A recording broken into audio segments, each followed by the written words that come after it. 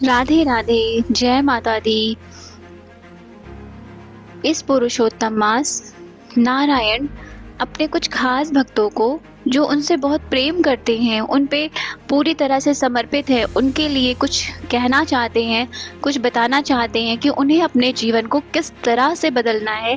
वो जो परेशान हैं, उलझे हुए हैं, कैसे अपनी आध्यात्मिक यात्रा में आगे बढ़ूं और किस तरह अपने इस भौतिक जीवन को भी संवारते हुए, अपनी सारी जिम्मेदारियों को उठाते हुए प्रभु की भक्ति में आगे बढ़ता चलूं, क्या करूं। उन्हें जिन्हें समझ नहीं आ रहा है, उनके लिए नारायण कहना चाह रहे हैं कि आप अपने फॉल्स ईगो से, जो एक झूठा अहंकार है किसी के प्रति कि हमें किसी ने कुछ बोल दिया, कह दिया, हम उसे लेके बैठ गए, या हम ही कर रहे हैं जो कुछ कर रहे हैं, या हमसे हो रहा है, हम करते जा रहे, इन चीज़ों से निकलिए।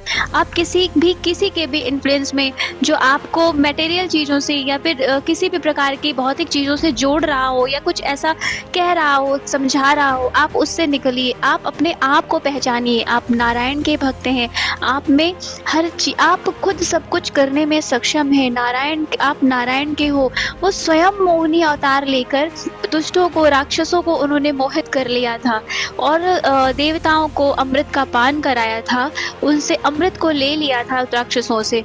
तो आप उनके भक्त हो। आप शालीनता से, इतने शांत स्वभाव से अपने अंदर स्थित वो स्त्री तत्व की शक्ति को पहचानिए। अपने इमोशन से अपने आप को काम रखते हुए अपनी इस मटेरियलिस्टिक ईगो से बाहर निकलिए। आप स्वयं में सक्षम हैं। आप नारायण के हैं। नारायण आप में स्वयं बसते हैं, आपके हृदय में निवास करते हैं। तो आप शांत होकर खुद को अपने इस झूठे अहंकार में, जो आपको लगता है कि आपके लिए लोग ऐसा कह रहे हैं, कर रहे हैं, बुरा कर रहे हैं, निश्चिंत होकर आप निश्चिंत हो जाइए। किसी के कहने में या किसी की सोच में मत जाइए। ये उनकी कहीं ना कहीं आपके ईष्ट की, आपके नारायण की एक लीला मात्र हो सकती है, आपको उस बुराइयों से निकालने के लिए। आप अपने झूठी मोह माया के बंधनों से, जो एक इल्यूजन आपको हो रहा है, भ्रम हो रहा है, आप उसमें फंसते चले जा रहे, उस भ्रम से, उससे निकलिए। आप उससे ऊपर उठिए। अपनी कॉन्शियस को समझिए। आप नारायण के भक्त हैं। कहीं ना कहीं माँ दुर्गा भी आपके साथ हैं।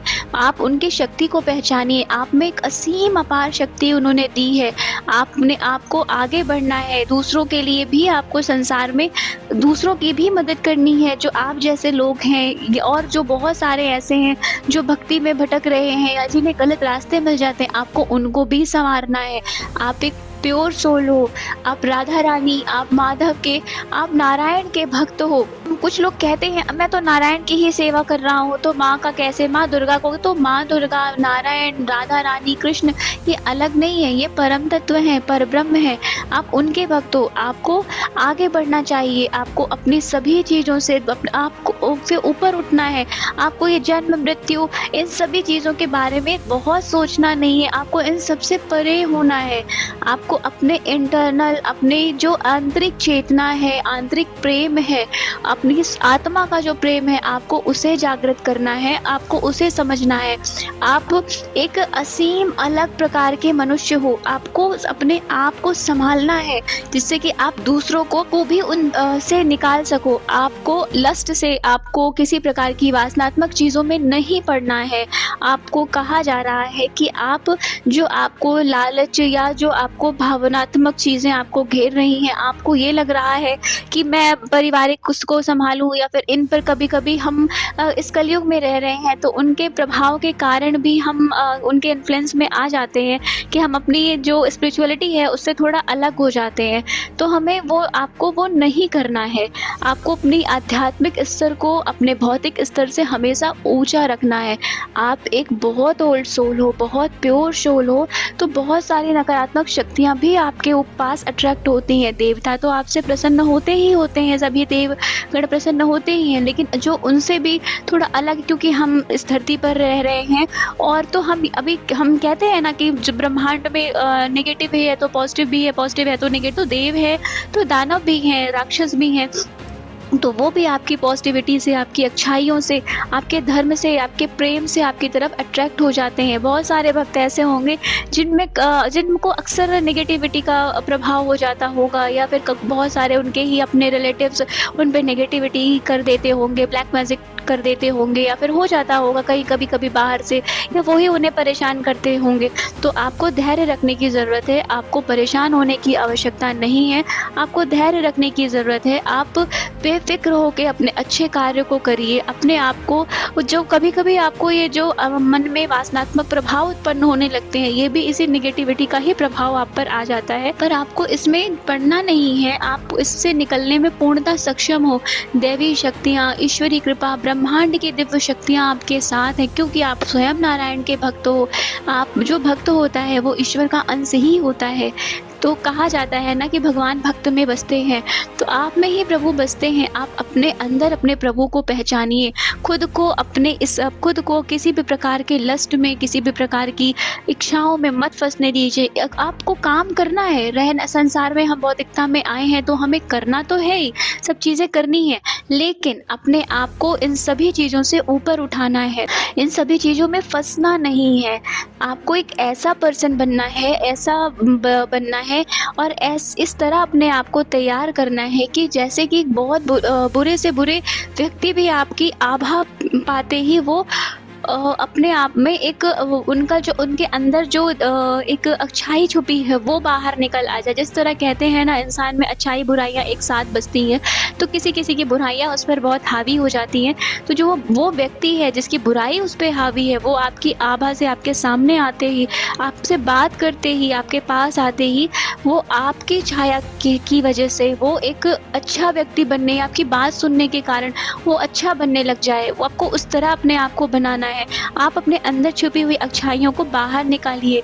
आप बहुत ज़्यादा दिव्य है, आपके अंदर दिव्य शक्तियाँ विद्यमान है। मैं आपको भेजा ही इसीलिए गया है कि आप अपने ऊपर कार्य करके अपनी दिव्यता को बाहर लाएं, अपनी क्रिएटिविटी को बाहर लाएं, अपनी भक्ति को निखारिए, ताकि आप दूसरों के लिए उदाहरण बन सकिए।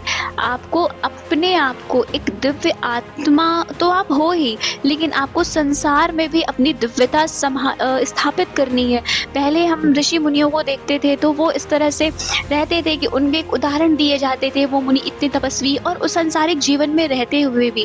तो आपको वही करने के लिए प्रभु कह रहे हैं कि आपके पास सब कुछ है, प्रभु आपके साथ है, आप बहुत पुरानी सोल हो, आप एक दिव्य आत्मा हो, दिव्य भक्त हो।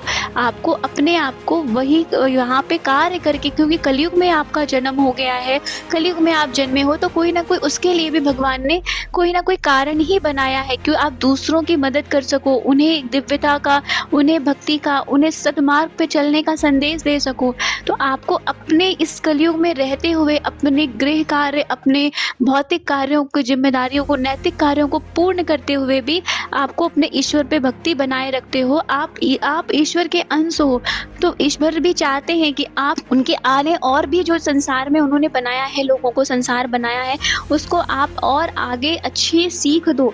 इसलिए आपको इसके साथ जो इतनी सारी कठिनाइयाँ आपको फेस करनी पड़ रही है और जो चीज़ें आपके अपने ही आपको भक्ति में जाने से रोकते होंगे या आपके साथ नेगेटिविटी का प्रभाव डालते होंगे, काला जादू या बहुत सारे ऐसे नेगेटिव स्पेल्स करते रहते होंगे जिससे कि आप परेशान रहते हो, शारीरिक कष्ट में हो जाते हो या मानसिक प्रताड़ना आपको झेलनी पड़ती है, तो आपको इन सभी चीज़ों से परेशान होने की ज़रूरत नहीं है। आपको इन सभी चीज़ों से परे हो आप, ये और ये आपको ये बात, आप कृष्ण के भक्त हो, नारायण के भक्त हो, तो आपको ये बात तो अच्छे से पता ही है कि हम जब कुछ ऐसा काम करते हैं, भक्ति करते हैं, तो हज़ारों बाधाएं हमें रोकती हैं।